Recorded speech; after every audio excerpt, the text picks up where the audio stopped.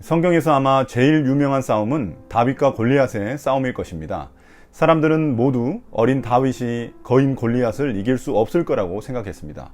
그러나 하나님은 다윗이 절대 질 수 없는 싸움이라고 생각하셨을 것입니다. 왜냐하면 그 싸움은 다윗이 싸우는 게 아니라 하나님이 싸우시는 것이었기 때문입니다. 오늘 본문에서도 절대 질 수 없는 싸움이 등장합니다. 오늘 본문을 우리가 잘 이해하기 위해서는 열왕기상 15장 1절부터 8절과 비교를 해봐야 합니다. 열왕기상 15장 7절에서는 아비야의 기록을 여로보암과 전쟁이 있었다는 그 한 줄로 기록하고 맙니다. 그러나 역대하에서는 여로보암과의 전쟁을 매우 자세히 기록하고 있습니다. 또한 열왕기상 15장 3절에서는 아비야를 악한 왕으로 소개하며 아버지 르호보암의 죄를 똑같이 따라서 지었다고 말합니다. 그러나 역대하에서는 전쟁에서 하나님을 의지한 왕으로 그를 소개하고 있습니다. 그럼 아비야에 대한 평가가 열왕기상과 역대하가 이렇게 다른데 우리는 어떻게 이해해야 할까 하는 그런 의문이 생깁니다. 그것은 이렇게 이해할 수 있습니다. 즉 열왕기상은 아비야에 대해 전반적으로 악한 왕으로 평가를 하고 있고, 역대기는 그가 그래도 한때는 하나님을 의지했던 왕의 모습을 보여준다는 것입니다. 오늘 본문에 나온 여로보암과의 전쟁에서 아비야의 군인은 40만이었는데 여로보암의 군대는 80만이었습니다. 아비야의 전세가 매우 불리한 상황입니다. 아비야는 먼저 적군에게 일장연설을 통해 기선을 제압했습니다. 여기서 그는 북이스라엘 여로보암의 정통성을 문제 삼았습니다. 하나님은 다윗과 소금 언약, 다시 말해서 절대 썩지 않을 언약을 맺었다고 말합니다. 그런데 다윗 후손인 르호보암 때 여로보암이 반란을 일으켜 북이스라엘이 탄생하게 되었다고 말합니다. 또한 여로보암이 금송아지 우상을 하나님으로 만들어 가지고 백성들이 섬기게 했다고 비판하고 있습니다. 그리고 기존 제사장과 레위인을 내쫓고 돈을 받고 성직을 맡게 했다며 비판하고 있습니다. 반면 아비야는 하나님을 버리지 않았고 제사장 레위인들도 자신들의 직무를 잘 수행하고 있다고 말하고 있습니다. 율법에 따라서 성전에서 예배도 정확하게 드렸다고 말합니다. 모든 것이 주님이 주신 법도를 잘 지키고 있다고 주장하고 있습니다.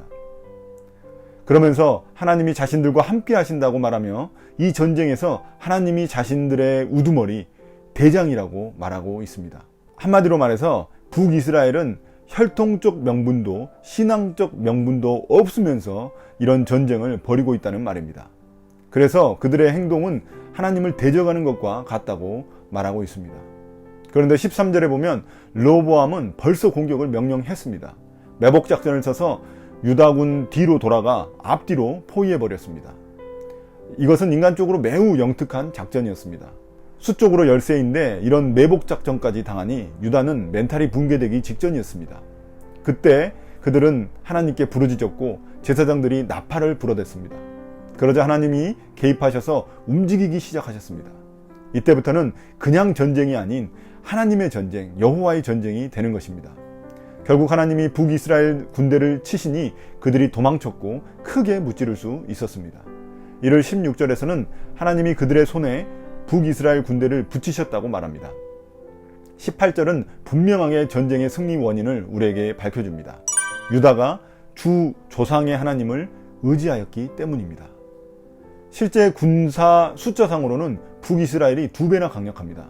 또한 북이스라엘의 매복작전도 전쟁 교과서적인 매우 훌륭한 방법이었습니다. 그러나 하나님의 전쟁에서는 수적인 우위나 전략적 우위는 아무 소용이 없습니다. 하나님이 전쟁의 승패를 좌우하시기 때문입니다. 하나님을 예배하는 쪽에서는 하나님이 싸우시지만 그렇지 않은 쪽은 사람이 싸우기 때문입니다. 그러니 결코 상대가 될 수 없는 것입니다. 그러나 우리가 여기서 한 가지 핵심을 잊지 말아야 합니다. 그들이 결코 전쟁터에서만 하나님을 의지했기 때문에 승리한 것이 아니라는 사실입니다. 일상에서 그들은 하나님의 말씀을 쫓았습니다. 11절에 보면 그들은 날마다 아침 저녁으로 주님께 번제를 드리고 향을 피워들었습니다.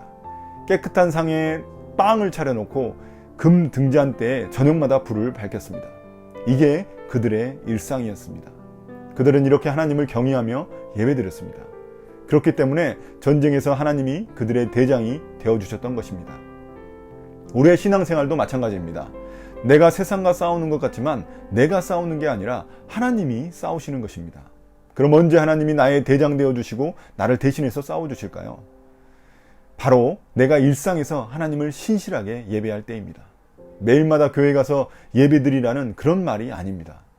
매일같이 하나님의 말씀을 쫓아 살아가는 삶이 바로 예배이기 때문입니다.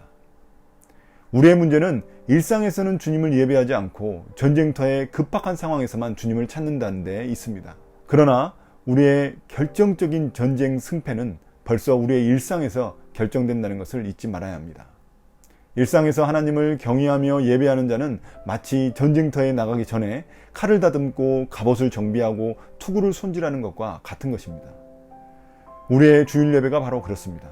주일 예배에 승리한 사람은 일주일의 세상 전쟁에서도 승리할 수 있는 것입니다. 하나님이 우리의 대장 되시기 때문입니다. 이제 13장 19절부터 14장 1절까지는 하나님을 의지한 삶과 그렇지 않은 삶의 결과가 극명하게 대조되고 있습니다. 아비야는 전쟁에서 승리하고 북이스라엘의 성읍들을 빼앗았습니다. 반면 아비야가 있는 동안 여로보암은 전쟁에서 전혀 힘을 쓰지 못했습니다. 결국 여로보암은 아비야 생전에 힘을 회복하지 못하고 주님께 벌받아 죽었다고 기록되어 있습니다. 그러나 아비야는 더욱 강해져 아내 14, 아들 22명, 딸 16명을 낳았습니다. 또한 나중에 그는 다윗성에 장사 지냈습니다. 그의 아들 아사 역시 다스리던 10년 동안 나라가 평안했습니다. 나라의 평안은 하나님께 순종한 자들이 받는 축복입니다. 우리 삶의 평안의 키도 하나님의 말씀에 순종하느냐 하지 않느냐에 달려있음을 잊지 말아야 합니다. 이 책의 1차 독자인 포로기한 공동체는 페르시아의 지배하에 있으면서 아직 나라도 없고 왕도 없는 그런 연약하고 초라한 존재들이었습니다. 또한 포로에서 귀환을 했고 성전도 세워졌지만 몇십 년이 지나도 그들의 나라와 삶은 회복될 기미가 보이지 않았습니다. 그러면서 그들의 일상도 차츰 무너지고 차츰 나태해졌을 것입니다. 그러나 오늘 하나님 말씀을 통해 그들은 일상의 중요성을 깨닫게 됩니다. 하나님 말씀을 쫓아 하루하루 성실히 하나님을 경외하는 삶의 가치를 깨닫게 되었을 것입니다. 여러분, 우리의 일상은 어떻습니까? 우리는 얼마나 하나님을 쫓아 살아가고 있습니까? 우리가 날마다 하나님의 말씀을 묵묵히 묵상하며 나아간다면 이번 한 주간도 하나님이 우리를 대신해서 싸워주실 것입니다. 오늘 묵상을 마치겠습니다. 감사합니다.